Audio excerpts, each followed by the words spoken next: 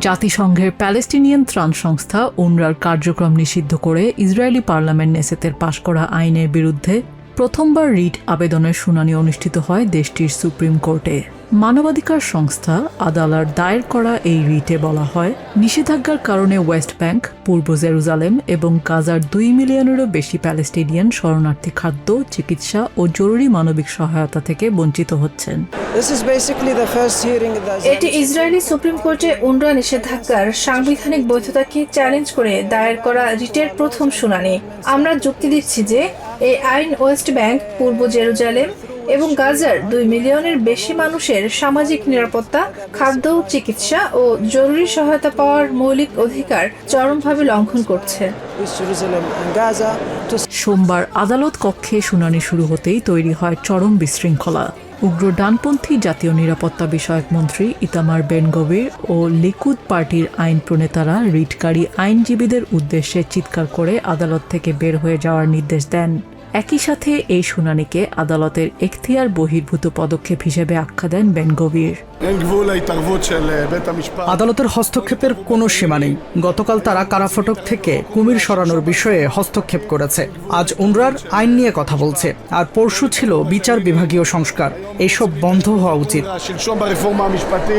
2024 সালের অক্টোবরে বিপুল ভোটে UNRWAকে নিষিদ্ধ করে বিল পাশ করে ইসরায়েলি পার্লামেন্ট। তেল আভিভের অভিযোগ, 2023 সালের 7 অক্টোবর ইসরায়েলে হামাসের হামলায় UNRWAর বেশ কয়েকজন কর্মী সরাসরি জড়িত ছিল।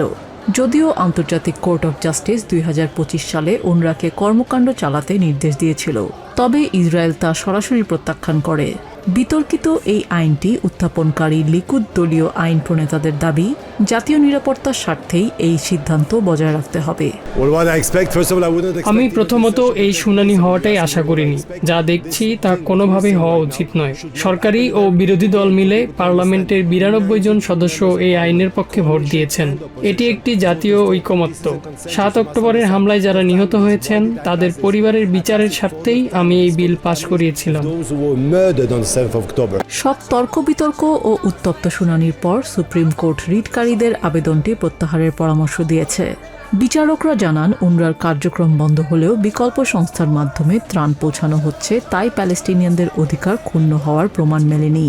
যদিও আদালত চূড়ান্ত রায় ঘোষণা করেনি, তবে পরবর্তী শুনানির জন্য অপেক্ষমান থাকলেও বিচারকদের মন্তব্য রিটটি খারিজের দিকে ইঙ্গিত দিচ্ছে। ফ্রান্সের রাজধানী প্যারিসে জমকালো আয়োজনে অনুষ্ঠিত হয়ে গেল বহু প্রতীক্ষিত ফ্রাঙ্কো বাংলা সামার ফেস্ট 2026। সার্সেলের স্তাদ এমিল জোলা মাঠে গান, আনন্দ উৎসবের এই মহাযজ্ঞ রূপ নেয় ইউরোপে প্রবাসী বাংলাদেশিদের এক বিশাল মিলন মেলায়।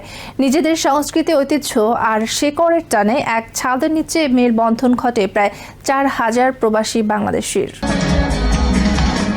ফ্রাঙ্কো বাংলা সামার ফেস্টে দর্শকদের আনন্দের জোয়ারে ভাসাতে প্রধান আকর্ষণ হিসেবে মঞ্চে হাজির হন বাংলাদেশের রক গুরু জেমস। তিনি মঞ্চে ওঠার সাথে সাথেই হাজার হাজার দর্শকের করতালিতে মুখরিত হয়ে ওঠে পুরো ভেন্যু। জেমস একে একে উপহার দেন তার কালজয়ী গান, কবিতা, মা, বাবা, বিজলি, পাগলা হাওয়া এবং তুমুল জনপ্রিয় হিন্দি গান বিগি বিগি। জেমসের সুরের তালে অনাবিল আনন্দে মেতে ওঠেন প্রবাসী বাংলাদেশিরা।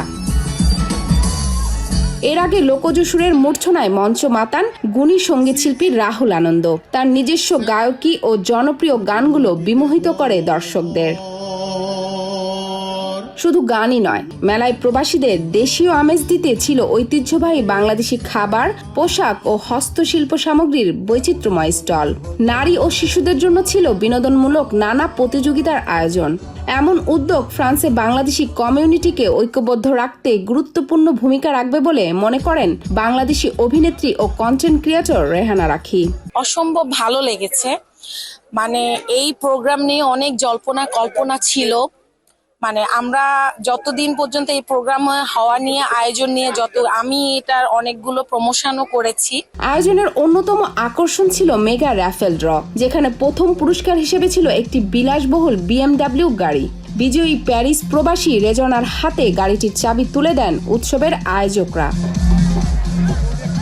প্রবাসের ব্যস্ত জীবন আর যান্ত্রিকতার মাঝে এমন উৎসব কেবল বিনোদনই নয়, বরং বিদেশের মাটিতে বাংলা সংস্কৃতিকে তুলে ধরার এক অনন্য মাধ্যম হয়ে উঠেছে বলে মনে করছেন আয়োজক ও দর্শনার্থীরা। আসলে আমাদের যে প্রত্যাশা ছিল, এই প্রোগ্রামটা আমাদের জন্য অনেক বড় একটা চ্যালেঞ্জ ছিল।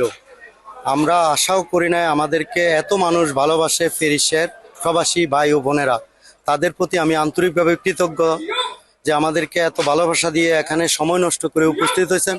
দুপুর 12টা থেকে শুরু হয়ে রাত 10:30 পর্যন্ত চলা এই আয়োজনে অংশ নেয় কমিউনিটির সর্বস্তরের মানুষ। দর্শকদের এই স্বতঃস্ফূর্ত অংশগ্রহণ ও আনন্দই উৎসবের মূল সার্থকতা বলে জানান অফিওরার পরিচালক কৌশিক রাব্বানী। আসসালামু আলাইকুম সবাইকে। আমরা এইমাত্রই সম্পন্ন করলাম আমাদের এই ফেস্টিভ্যালটি। আমরা যেরকম চেয়েছিলাম, আমি জানি না কতটুকু সেটা করতে পেরেছি, তবে সেটা সাক্ষী আপনারা যারা উপস্থিত ছিলেন আপনারাই বলবেন। আমরা আমাদের তরফ থেকে সর্বাত্মক চেষ্টা করেছি সব দিক থেকে আপনাদের খেয়াল রাখার জন্য, আপনাদেরকে একটি আনন্দদায়ক দিন দেওয়ার জন্য। আমাদের যদি কোনো ভুল ত্রুটি হয়ে থাকে, আমাদের যদি কোনো মিস্টেক হয়ে থাকে, সেগুলো আপনারা ক্ষমা সুন্দর দৃষ্টিতে দেখবেন। ফ্রান্স প্রবাসী সব বাংলাদেশির সহযোগিতা ছাড়া এত বড় আয়োজন সফল করা সম্ভব হতো না উল্লেখ করে সবাইকে ধন্যবাদ জানান শাহ গ্রুপের চেয়ারম্যান সাত্তার আলী সুমন।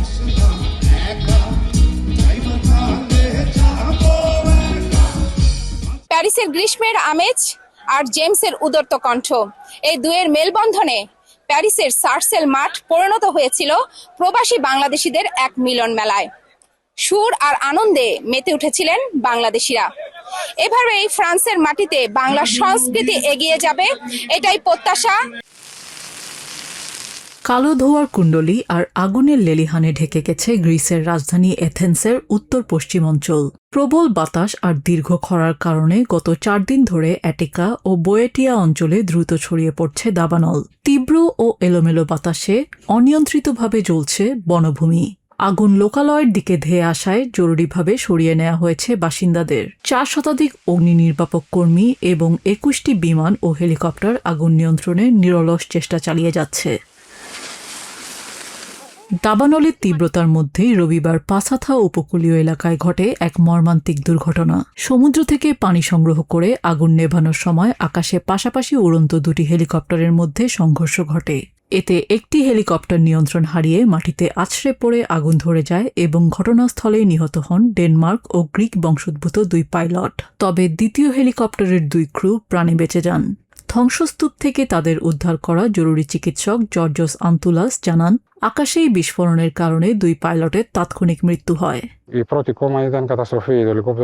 দুর্ঘটনাস্থলে গিয়ে দেখি প্রথম হেলিকপ্টারটি জ্বলছিল। দুর্ভাগ্যবশত বাতাসে সংঘর্ষ ও বিস্ফোরণের পর 2 পাইলটের ঘটনাস্থলে মৃত্যু হয়। তবে দ্বিতীয় হেলিকপ্টারটির পাইলটদের আমি দ্রুত উদ্ধার করে প্রাথমিক চিকিৎসা দিতে পেরেছি। তাদের আঘাত গুরুতর হলেও তারা আপাতত শঙ্কামুক্ত। দুর্ঘটনার আসল কারণ অনুসন্ধানে ইতোমধ্যে তদন্ত শুরু করেছে সংশ্লিষ্ট কর্তৃপক্ষ। প্রাথমিক বিশ্লেষণে উড়োজাহাজ দুটির অবস্থান ও গতির সমন্বয়হীনতাকে দায়ী করা হচ্ছে। অন্যদিকে থেমে নেই দাবানলের তাণ্ডব। ইতোমধ্যেই 100-রও বেশি ঘরবাড়ি পুরোপুরি বশীভূত হয়েছে। নিজেদের ভিটেমাটি ও গবাদি পশু রক্ষায় ফায়ার সার্ভিসের অপেক্ষায় না থেকে সাধারণ মানুষ বালতি ও পানির পাইপ নিয়ে নিজেরাই আগুন নেভাতে নেমে পড়েছেন। কষ্টের টাকায় তৈরি আমাদের নতুন বাড়িটার ছাদ ধসে পড়েছে। বছর জুড়ে যে জলপাই বাগানের যত্ন নিয়েছি তাও পুরে শেষ। এক নিমেষে সব হারিয়ে ফেলার অনুভূতি ভাষায় প্রকাশ করা সম্ভব নয়। বিপদাপন্ন এলাকাগুলো থেকে বাসিন্দাদের নিরাপদ স্থানে সরিয়ে নিতে বাড়ি বাড়ি গিয়ে মাইকিং ও উদ্ধার পরিচালনা করছে পুলিশ। প্রাথমিক তদন্ত সূত্রে জানা গেছে, উইন্ড টারবাইন থেকে বিদ্যুৎ সরবরাহকারী একটি বেসরকারি লাইনের কন্ডাক্টর থেকে সৃষ্ট স্পার্ক থেকেই এ দাবানলের সূত্রপাত। এই ঘটনায় অবহেলার অভিযোগে এক বিদ্যুৎ প্রকৌশলী সহ 2 জনকে গ্রেপ্তার করা হয়েছে। সাম্প্রতিক দিনগুলোতে স্প্যানিশ স্বায়ত্তশাসিত শহর সিউটায় অভিবাসী অনুপ্রবেশ নিয়ে উদ্ভূত পরিস্থিতি মোকাবেলায় মঙ্গলবার ইইউ স্বরাষ্ট্রমন্ত্রীদের জরুরি ভিডিও কনফারেন্সের আগে আন্তর্জাতিক জোটটির কাছে যৌথ পদক্ষেপ ও পূর্ণ সংহতি দাবি করেছে স্পেন। স্প্যানিশ পররাষ্ট্রমন্ত্রী হোসে ম্যানুয়েল আলভারেজ জানিয়েছেন, সিউটা এবং মেলিলা কেবল স্পেনের সীমান্ত নয়, বরং এগুলো পুরো ইউরোপিয়ান ইউনিয়নের বহিঃসীমান্ত। ফলে এই সংকট মোকাবেলায় সীমান্ত সুরক্ষার দায়ভার সব সদস্য দেশকেই ভাগ করে নিতে হবে। সীমান্ত বিপর্যয়ের জেরে শেনজেন চুক্তি নিয়ে দেখা দিয়েছে চরম অনিশ্চয়তা। সীমান্ত নিয়ন্ত্রণে স্পেনের ব্যর্থতার সুযোগে অনিয়ন্ত্রিত অনুপ্রবেশ ঘটছে এমন অভিযোগ এনে ইতিমধ্যেই স্পেনের সঙ্গে শেনজেন চুক্তি সাময়িকভাবে স্থগিত করেছে ইটালির ডানপন্থী সরকার। ইটালির পাশাপাশি ডেনমার্কও স্পেনের শিথিল অভিবাসন নীতির কঠোর সমালোচনা করেছে। জবাবে স্প্যানিশ সরকার জানিয়েছে, অনিয়মিতভাবে সিউটায় প্রবেশ করা কোনো অভিবাসীকেই মূল স্পেন ভূখণ্ড কিংবা শেনজেন অঞ্চলের অন্য কোনো দেশে যাওয়ার সুযোগ দেওয়া হবে না। স্প্যানিশ কর্তৃপক্ষের তথ্যমতে মরক্কো থেকে উত্তর আফ্রিকান এই ভূখণ্ডে প্রবেশের চেষ্টাকালে সমুদ্রে ডুবে এবং সীমান্তে পদতলিত হয়ে এ পর্যন্ত অন্তত ৮৮ জন প্রাণ হারিয়েছেন। সীমান্ত জুড়ে স্প্যানিশ সেনাবাহিনী ও পুলিশের কঠোর টহল অব্যাহত থাকলেও হাজার হাজার অভিবাসী এখন সিউটার সৈকত ও খোলা রাস্তায় মানবেতর দিন কাটাচ্ছেন। অভ্যর্থনা কেন্দ্রগুলো ধারণ ক্ষমতার বাইরে চলে যাওয়ায় তীব্র খাবার ও পানির সংকটে ভুগছেন তারা। ইতোমধ্যেই সেনাবাহিনী হাজার হাজার অভিবাসীকে ট্রাকে করে পুনরায় মরক্কো সীমান্তে ফেরত পাঠাতে শুরু করেছে। ঝুঁকিপূর্ণ এই যাত্রার পেছনে রয়েছে অভিবাসীদের ভিন্ন বাস্তবতা। মরক্কো থেকে আসা ২৭ বছর বয়সী তরুণ মোহাম্মদ আহমেদ চান ইউরোপে কাজের সুযোগ। আমি স্পেনে একটা কাজ পেতে চাই, ড্রাইভিং, বারবার, মেকানিক বা পেইন্টিং। আমি যে কোনো কাজ করতে রাজি আছি। আমার ডিপ্লোমা ও কাজের অভিজ্ঞতা আছে। কাজ পেলে আমার কোনো সমস্যা নেই। অন্যদিকে অর্থনৈতিক কারণ নয়, বরং নিজ দেশে যুদ্ধ ও রক্তক্ষয় থেকে প্রাণ বাঁচাতে সিউটায় আশ্রয় নিয়েছেন ২৪ বছর বয়সী সুদানিজ তরুণ কামাল কারুম। পরিস্থিতি দিন দিন আরও কঠিন হচ্ছে। ৩ দিন ধরে কোনো খাবার নেই, ঘুমানোর জায়গা নেই, এমনকি এই ঠান্ডায় গায়ে দেওয়ার মতো কম্বলও নেই। আমরা সৈকতে রাত কাটাচ্ছি। নিজ দেশে যুদ্ধের কারণে আমি সুদান থেকে মরক্কো এসেছিলাম, কিন্তু আশ্রয় ও নিরাপত্তার খোঁজে বাধ্য হয়ে সীমান্ত পার হয়েছি। সীমান্তের এই সংকট ঘিরে তীব্র ঝড় উঠেছে স্পেনের অভ্যন্তরীণ রাজনীতিতেও। প্রধানমন্ত্রী পেদ্রো সানচেজের বামপন্থী সরকারের শিথিল অভিবাসন নীতির প্রতিবাদে রাজপথে নেমেছে দেশের সাধারণ মানুষ ও কট্টর ডানপন্থী রাজনৈতিক দলগুলো। ৫৫০,০০০ অবৈধ অভিবাসীকে বৈধতা দেওয়ার সরকারি উদ্যোগের কারণেই এই অনিয়ন্ত্রিত সীমান্ত সংকট তৈরি হয়েছে বলে অভিযোগ তাদের। ওমানের বারখা কেন্দ্রীয় ফল ও সবজি বাজারে প্রতিদিন ভোর থেকেই জমে ওঠে বেচাকেনা। এখান থেকে ওমানের বিভিন্ন অঞ্চলে সরবরাহ করা হয় বিপুল পরিমাণ ফল ও সবজি। এই বাজারে সততা, পরিশ্রম ও দক্ষতার মাধ্যমে নিজেদের অবস্থান তৈরি করেছেন অনেক বাংলাদেশি। তাদেরই একজন মোহাম্মদ রাশেদ। শূন্য থেকে শুরু করে আজ তিনি সফল একজন উদ্যোক্তা। বাংলাদেশের বলতলী চরপাড়ার বাসিন্দা মোহাম্মদ রাশেদ। কামাল হোসেনের ৪ সন্তানের মধ্যে তিনি মেঝো। জীবিকার সন্ধানে ওমানে এসে শুরুতে ব্যবসা নয়, একজন সাধারণ শ্রমিক হিসেবেই কর্মজীবন শুরু করেন। প্রবাস জীবনের প্রথম দিকে তিনি খেজুর বাগানে কাজ করেছেন। প্রচণ্ড গরমের মধ্যে শীততাপ নিয়ন্ত্রণহীন পরিবেশে দীর্ঘ সময় শ্রম দিয়েছেন। কখনো ছাগল চড়িয়েছেন, কখনো উটের দেখাশোনা করেছেন। কঠিন সেই সময়ে সততা, নিষ্ঠা ও আন্তরিকতা দিয়ে নিয়োগকর্তার আস্থা অর্জন করেন তিনি। রোদ্রের মধ্যে কোনো এসি ছিল না, কোনো কিছু ছিল না, যে কেমন আমরা ওমানে আসছিলাম, শুয়েছিলাম। গ্যাবেলের মধ্যে ছাগল চড়াইছি, মাঝে মধ্যে উট চড়াইছি। আর বাপের যেটা মন চায় সেটা করেছে, খেজুর বাগানে কাজ করেছে। এরপর ওর সাথে আমার আর একটা ভালো সম্পর্ক হওয়ার পরে উনি আমাকে ভেজিটেবল মার্কেটে নিয়ে আসছে। আমার আর বাপের 2টা কোম্পানি আছে। সেই আস্থার ভিত্তিতেই একসময় তাকে নিয়ে আসে বারখা কেন্দ্রীয় ফল ও সবজি বাজারে। সেখান থেকে শুরু হয় তার নতুন পথ চলা। ধীরে ধীরে বাজারের কাজ শিখে কঠোর পরিশ্রম ও অধ্যবসায়ের মাধ্যমে গড়ে তোলেন নিজের ব্যবসা। বর্তমানে তিনি ওমানের বিভিন্ন হাইপার মার্কেট, সুপার শপ, পাইকারি ব্যবসায়ী ও বিভিন্ন অঞ্চলের খুচরা দোকানে নিয়মিত ফল ও সবজি সরবরাহ করছেন। সময়মতো মানসম্মত পণ্য পৌঁছে দিয়ে তিনি ব্যবসায়ী মহলে একজন নির্ভরযোগ্য উদ্যোক্তা হিসেবে পরিচিতি অর্জন করেছেন। পরিশ্রম করতে হবে, আর কোনো কিছু না। আর ধৈর্য আর পরিশ্রম, এই দুটা যদি তো আপনি পারেন তাহলে আপনি সফল হতে পারবেন। সেটার উদাহরণ হচ্ছে আমি নিজেই। না হলে আমার কিছু ছিল না, আজকে আমার দোকান আছে, অনেক কিছু আছে। সংগ্রামকে শক্তিতে পরিণত করে নিজের অবস্থান তৈরি করা মোহাম্মদ রাশেদের এই গল্প শুধু একজন উদ্যোক্তার সাফল্যের গল্প নয়, বরং প্রবাসে কঠোর পরিশ্রম, সততা ও অধ্যবসায়ের এক অনুপ্রেরণাদায়ক উদাহরণ। 2007 সাল থেকে দীর্ঘ 19 বছর গাজা উপত্যকা শাসন করার পর অবশেষে বেসামরিক ক্ষমতা থেকে আনুষ্ঠানিকভাবে সরে দাঁড়ালো হামাস। সোমবার গাজার দেইর আল বালায় এক জনাকীর্ণ সংবাদ সম্মেলনে গাজা সরকারের সব জরুরি কমিটি বিলুপ্তির ঐতিহাসিক ঘোষণা দেন হামাস পরিচালিত মিডিয়া অফিসের প্রধান ইসমাইল আল থাওয়াপ্তা।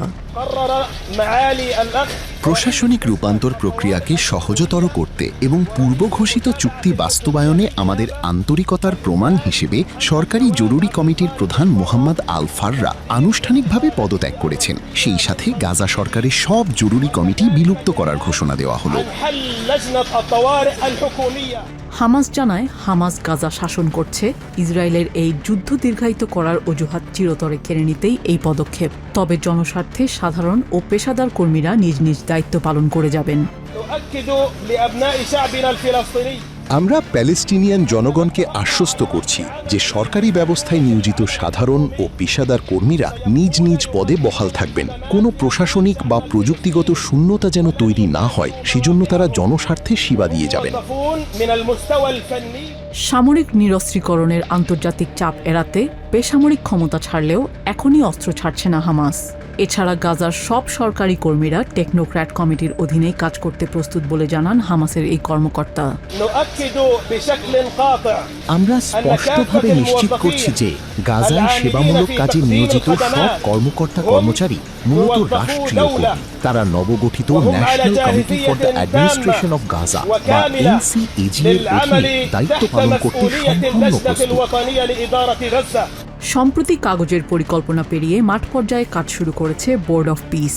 গাজার দক্ষিণ সীমান্তে ইসরায়েলের কেরেম শালম ক্রসিংয়ের কাছে আন্তর্জাতিক স্টেবিলাইজেশন ফোর্সের জন্য তৈরি বিশেষ ঘাঁটি এন্ডুরেন্সে পৌঁছেছে টেকনিক্যাল ও লজিস্টিক যানবাহনের প্রথম চালান। রাফার তেল আল সুলতানে মানবিক আশ্রয় কেন্দ্রের পাইলট প্রজেক্ট চালুর পাশাপাশি বিশ্বব্যাংকের অধীনে গাজা পুনর্গঠনে ইতোমধ্যে $15 বিলিয়ন তহবিল নিশ্চিত করেছে ওয়াশিংটন ও আরব বিশ্ব।